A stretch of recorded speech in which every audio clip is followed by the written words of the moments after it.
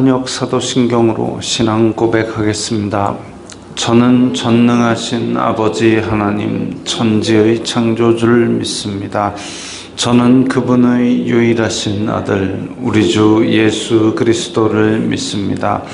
그분은 성령으로 잉태되어 동정녀 마리아에게서 나시고 본디오 빌라도에게 고난을 받아 십자가에 못 박혀 죽으시고 장사된 지 사흘 만에 죽은 자 가운데서 다시 살아나셨으며 하늘에 오르시어 전능하신 아버지 하나님 우편에 앉아 계시다가 거기로부터 살아있는 자와 죽은 자를 심판하러 오십니다.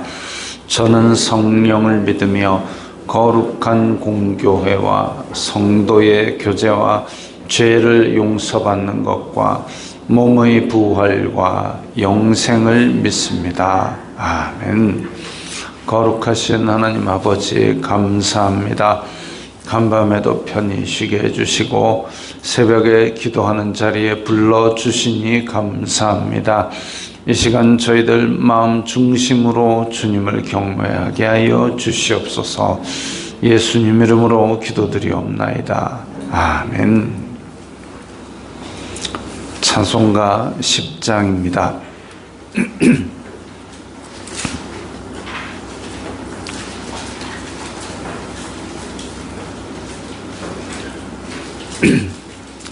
찬송가 10장입니다.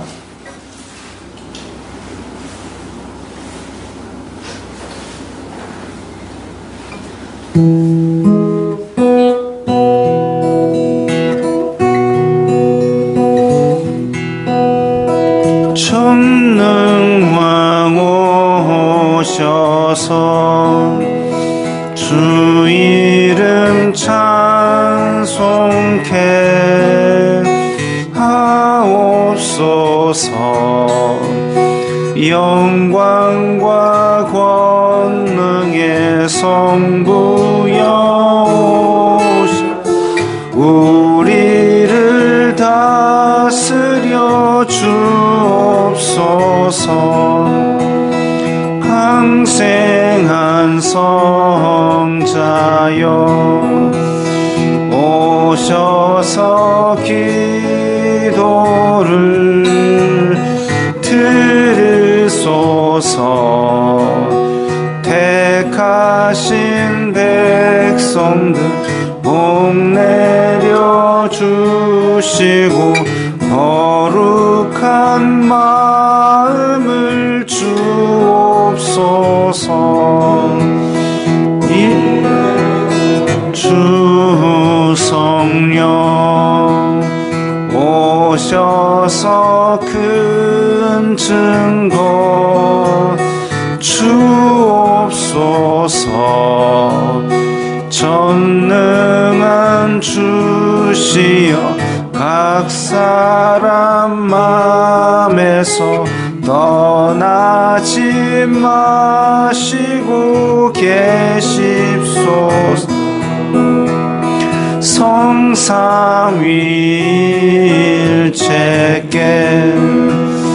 한없는 찬송을 드립니다.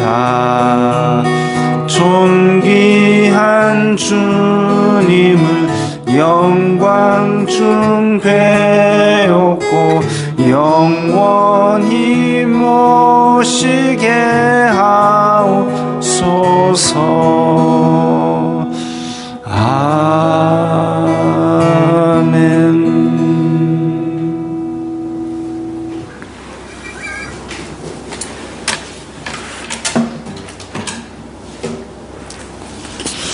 아까 3절에서 위로의 주 성령이라고 되어 있지만 원래 단어를 직역하면 위로의 주 성령이 될지도 모르겠지만 우리가 성경에 나오는 용어로 하면 보혜사가 될 것입니다. 컴포터라는 단어가 이제 위로한다는 뜻이 있지만 우리 성경에서는 보혜사 주 성령. 그래서 이 10장은 성부, 성자, 성령, 성삼위일체 이렇게 1, 2, 3, 4절이 구성되어 있기 때문에 보혜사 주 성령이 타당한 번역입니다. 그래서 제가 잠깐 멈칫했습니다. 자, 오늘 말씀은 잠언 27장 19절에서 27절까지의 말씀입니다. 잠언 27장 19절부터 27절까지의 말씀 함께 읽겠습니다. 물에 비치면 얼굴이 서로 같은 것 같이 사람의 마음도 서로 비치느니라. 스올과 아바도는 만족함이 없고 사람의 눈도 만족함이 없느니라. 도가니로 은을, 풀무로 금을, 칭찬으로 사람을 단련하느니라. 미련한 자를 곡물과 함께 절구에 넣고 공의로 찌을지라도 그의 미련은 벗겨지지 아니하느니라. 내 양떼의 형편을 부지런히 살피며 내 소떼에게 마음을 두라. 대저 재물은 영원히 있지 못하나니 멸류관이 어찌 대대에 있으랴. 풀을 벤 후에는 새로 움이 돋나니 산에서 꿀을 거둘 것이니라. 어린 양의 털은 내 옷이 되며 염소는 밭을 사는 값이 되며 염소의 젖은 넉넉하여 너와 내 집의 음식이 되며 내 여종의 먹을 것이 되느니라. 아멘. 물에 비치면 얼굴이 서로 같은 것 같이. 그때는 이제 제대로 된 거울이 없었으니까요. 물에 비춰보면 내 얼굴하고 물에 비친 얼굴하고 같은 게 정상이죠. 사람의 마음도 서로 비치느니라. 사람의 마음이 타인의 모습에 비춰서 그렇게 보일 때에 내 마음과 타인의 비친 마음이 같다라는 거죠. 타인의 모습에서 내 마음이 비친다. 그렇다는 얘기는 물에 왜 비춰볼까요? 물에 비춰보는 이유는 내 모습을 보고 싶어서 그렇죠. 내 모습이 어디가 잘못되었는지 그런 것들을 확인하기 위해서 비춰보는 겁니다. 사람의 마음도 서로 비치느니라. 내가 다른 사람을 통해서 보게 되는 나의 마음, 이게 어떤 것인가, 그걸 찾아보고 그 다음에 찾아보고 끝이 아니라 그걸 통해서 얼굴을 비춰보고 뭔가 잘못되었으면 바꾸듯이 내 마음도 상대방을 통해서 비치는 모습을 통해서 내가 바로 잡을 것은 바로 잡아가면서 살아야 될 겁니다. 스올과 아바돈, 스올 이러면 이제 죽은 자들이 가는 곳, 또 아바돈 이러면 이 난회주에 보면 죽음의 자리라고 되어 있습니다. 그래서 고대 이스라엘에서는 스올과 아바돈, 죽은 자들이 가는 곳이라고 여겨지는 곳인데 만족함이 없다. 만약에 스올과 아바돈에 만족함이 있다면 스올이 꽉 차서 더 이상 죽으시면 안 됩니다. 못 죽어요. 근데 그게 없이 계속 사람들이 죽어도 스올 만원이 되지 않습니다. 마찬가지로 사람의 눈도 만족함이 없습니다. 사람이 뭔가 기가 막힌 경치를 보고 나면 그 다음에 더 큰 멋있는 경치를 보고 싶어 하는 것처럼 사람의 눈만 만족함이 없는 것이 아니라 그 욕심의 끝이 없습니다. 욕심의 끝이 없습니다. 그래서 어떤 맛있는 음식을 먹었다 그러면 나중에는 그 음식이 보다 더 맛있는 음식, 보다 더 많은 음식으로 욕심이 향하게 돼 있죠. 끝이 없습니다. 또 여기에 한술 더 떠서 어떤 사람은 그 이전에 보았던 것에서 감탄을 해놓고도 아이고 그거 별거 아니더라, 그걸 얘기합니다. 저 처음에 짜장면을 먹고 나서 이야 세상에서 제일 맛있는 음식 먹었다, 그 짜장면 크는 건데 뭐 이게 기가 막히더라, 해놓고 나중에 이제 돌아서서는 그 집도 내가 먹어봤는데 별거 없더라. 그러고 나면 자기가 좀 더 높은 수준에 있는 사람이 됩니까? 세상에서 제일 맛있는 음식 먹어봤다고 그렇게 자랑할 때는 엊그제인데, 그런데 사람의 교만과 사람의 욕심은 그러고 앉았다는 거죠. 그래서 다른 집에 가서 또 다른 짜장면을 먹고 이야 이게 진짜 세상의 최고의 집입니다 이러고 앉았습니다. 사람의 눈은 만족함이 없습니다. 욕심은 끝이 없습니다. 그래서 그걸 다스리지 않으면 스올과 아바돈처럼 끝없이 그 욕심에 빨려 들어갈 수밖에 없는 사람이 됩니다. 그 끝에는 뭐가 있느냐? 선악과 따먹은 아담이 있습니다. 도가니로 은을, 풀무로 금을, 칭찬으로 사람을 단련하느니라. 도가니와 풀무에 은을 넣고 금을 넣어가지고 거기에 있는 이 불순물을 빼내면 정금이 되어 나오고, 그런 것처럼 칭찬을 해보면 사람이 불순물이 드러납니다. 그래서 칭찬을 했을 때에 이 사람이 그렇지 내가 대단하지 하는 순간 교만이 찾아오게 되고, 교만에 사로잡히면 교만은 패망의 선봉이라 그랬습니다. 결국은 패망하게 되는 거죠. 칭찬을 했음에도 불구하고 저는 마땅히 해야 될 일을 한 겁니다. 오직 주님께 영광을 돌려야 합니다. 겸손한 사람은, 잠언에서는 겸손은 존귀의 앞잡이다 그랬습니다. 그 사람은 칭찬을 받아도 자기의 할 일을 꾸준히 하면서 존귀한 사람이 되어가는 겁니다. 미련한 자를 곡물과 함께 절구해 놓고 공의로 이게 곡물은 절구해 놓고 공의로 찧어가지고 껍데기를 벗겨내고 알곡을 챙겨갈 수 있지만, 미련한 자를 그 안에 같이 놓고 해도 미련은 벗겨지지 않는다. 그만큼 미련이라는 것이 단단하게 사람을 사로잡고 있어서 그걸 깨어내기가 쉽지가 않다는 겁니다. 그렇기 때문에 칭찬으로 사람을 단련하고 지혜의 말씀으로 충직한 조언을 하고 이런 걸 통해서도 한참을 해야 그 사람의 미련이 벗겨지는 거죠. 사람은 죄성이 우리의 영혼을 가리고 있기 때문에 그 죄는 우리의 탐욕과 악독과 긴밀하게 연결되어 있고, 그걸 벗겨내는 것이 지혜입니다. 하나님을 경외하는 것이 지혜와 지식인데, 하나님을 경외하는 것이 지혜와 지식의 근본인데, 그 경외하지 않고 내가 교만해서 나의 탐욕대로 살아가고 내 탐욕을 채우고, 이 탐욕이 얼마나 사람에게는 달콤한지 알 수가 없습니다. 이 땅에서 돈을 많이 모으고 권력을 많이 모으고 그걸 하기 위해서 이제 양심도 팔아먹고 부끄러운 짓도 해가면서 그 탐욕을 채워가는 사람들 얼마나 많습니까? 그 사람들에게 거기서 돌아오라 한들 그 재물과 권력 사이에서 돌아오겠습니까? 그 정도로 미련은 벗겨지지 않습니다.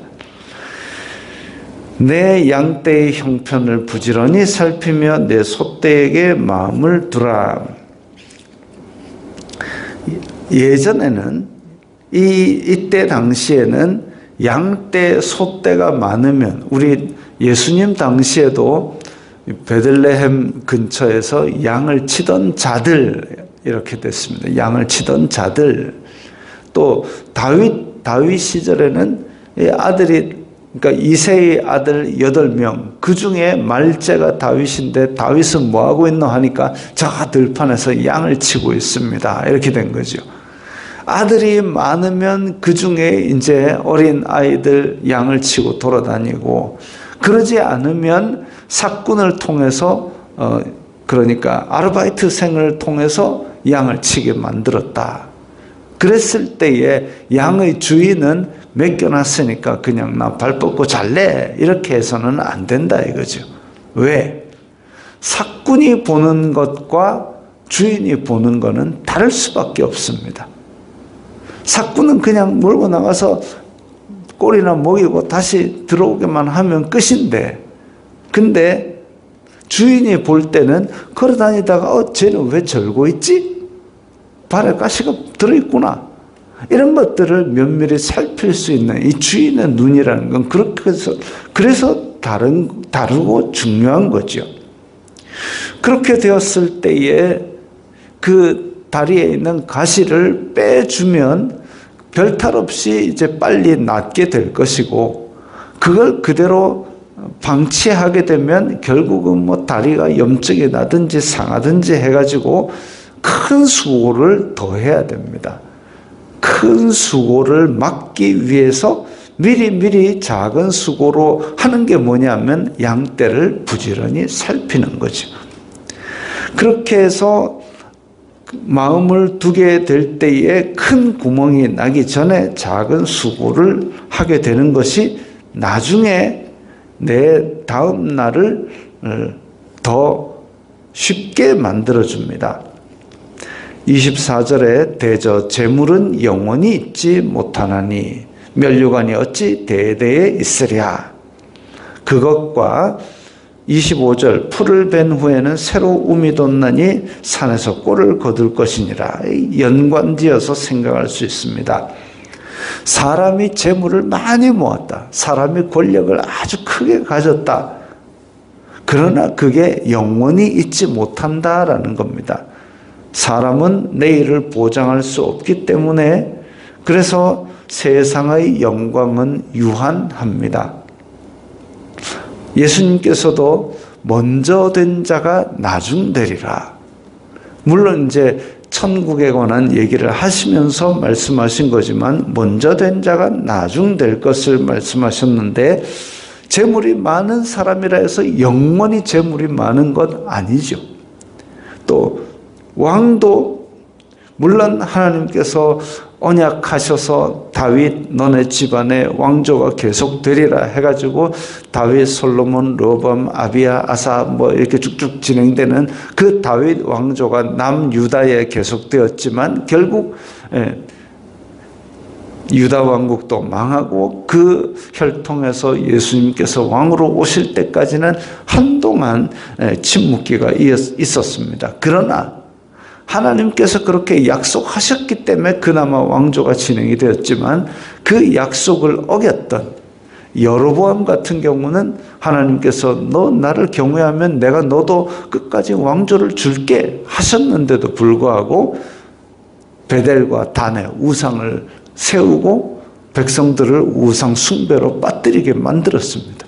결국 그래서 여로보암 다음에는 치열하게 왕조가 바뀌고 너도 나도 다 왕이 되겠다고 칼 들고 일어서고 그러는 바람에 남유다 왕국보다 더 짧은 기간 북이스라엘 왕국이 있었음에도 불구하고 왕의 수는 하나 모자란 것. 남유다 왕국 20명, 북이스라엘 왕국 19명. 200년 가까이 되는 더 짧은 기간의 왕조가 있었음에도 불구하고 왕의 수가 다다다다다 바뀌는 모습을 보여줍니다.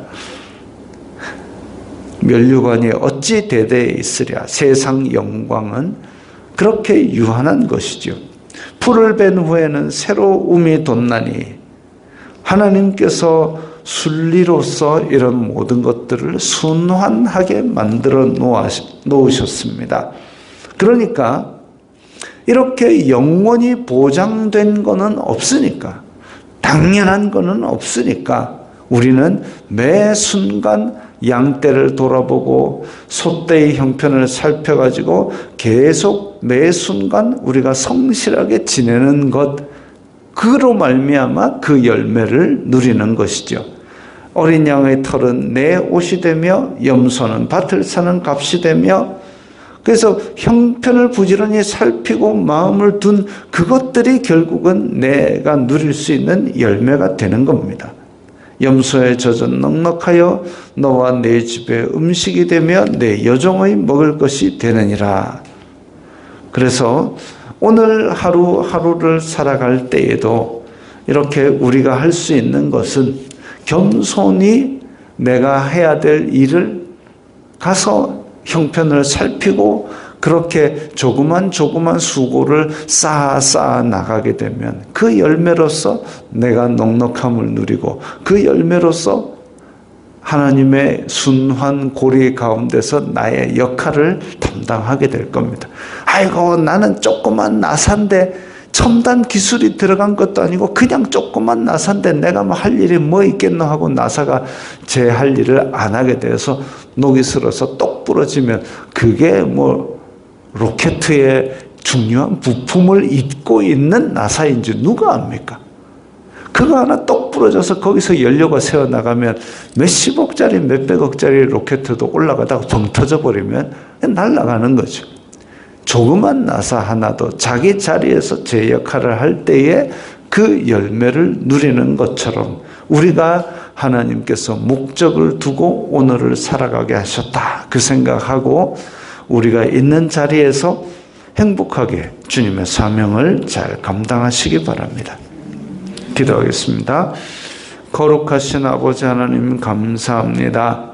저희들이 주님 앞에서 사람의 욕심과 사람의 악독을 따르는 것이 아니라 저희들의 사명을 겸손히 잘 감당하게 하여 주시옵소서. 예수님 이름으로 기도드리옵나이다. 아멘.